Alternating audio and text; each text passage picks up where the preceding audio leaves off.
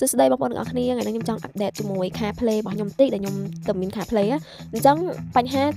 សំខាន់នៅក្នុង CarPlay ហ្នឹងគឺថាពេលដែលខ្ញុំដោតចូល connect ជាមួយទូរស័ព្ទហើយគឺវាបាត់ navigation bar ខាងក្រោមណាហើយយើងចុច stream សិនជា system របស់ឡានអីគឺថាវាបាត់អញ្ចឹង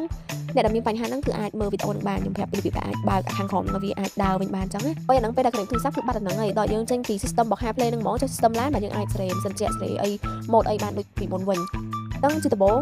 ពេលដែលដោត CarPlay ចូលហើយយើងកំដរ connect យើងចូល setting សិនពេលយើងចូល setting យើងអូសទៅរកពាក្យថា advanced setting ពេលដែលយើងចុចលើពាក្យថា advanced setting ទៅយើងនឹងឃើញពាក្យថា bottom navigation bar អញ្ចឹងដំបូងវាដាក់ high ទេអញ្ចឹងយើងចុចវា show វិញមកអញ្ចឹងវាបង្ហាញខាងក្រោមនឹងឲ្យយើងហីបន្ទាប់មកយើងបើកមួយទៀតគឺ quick ball អា quick ball ហ្នឹងគឺវាដូចអា Mumu នៅលើ iPhone ណោះដែលយើងមានចុច home ចុចបានលើអា Mumu ហ្នឹងហ៎អញ្ចឹងយើងធ្វើការបើកហ្នឹងណាដើម្បីយើងអាចចេញចូល system LAN ជាមួយ system CarPlay វាងាយស្រួលវាអត់ពិបាកដូចមិញពេលដែលចូល system LAN ហើយគឺយើងរកចូល CarPlay វិញវាអត់កើតអញ្ចឹងបើយើងមានអា function ហ្នឹងទៅយើងអាចចេញចូលវាបានវាមានភាពងាយស្រួលក្នុងការប្រើឥឡូវនេះយើងធ្វើការ connect ជាមួយទូរស័ព្ទរួចរាល់ហើយអញ្ចឹងទៅគឺវានឹង load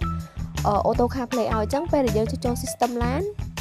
យើងគ្រាន់តែប្រើអាប៊ូតុងដែលយើងបើកហ្នឹងណាដើម្បីចូល system CarPlay ទៅវាងាយស្រួលឃើញដល់យើងចុចអញ្ចឹងมันវាចូលមិនអញ្ចឹងទេគឺវានៅតែ system LAN វាមានកន្លែងចូល CarPlay ហ្នឹងទេ